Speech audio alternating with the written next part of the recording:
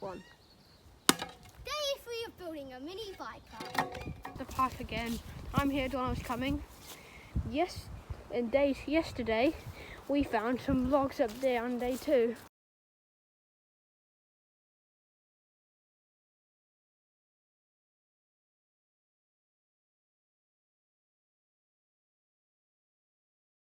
But then, up here in the forest, we spotted some logs.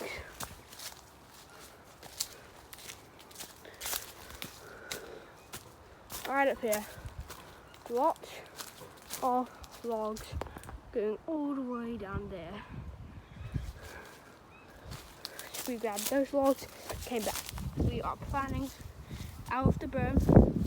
Here is going to be where we're going to have a tabletop to go up to there. We found more logs up there and we pretty much pulled out the shape of the tabletop, and we're going to pile a bunch of mud over it, make it more flat and make it rampable.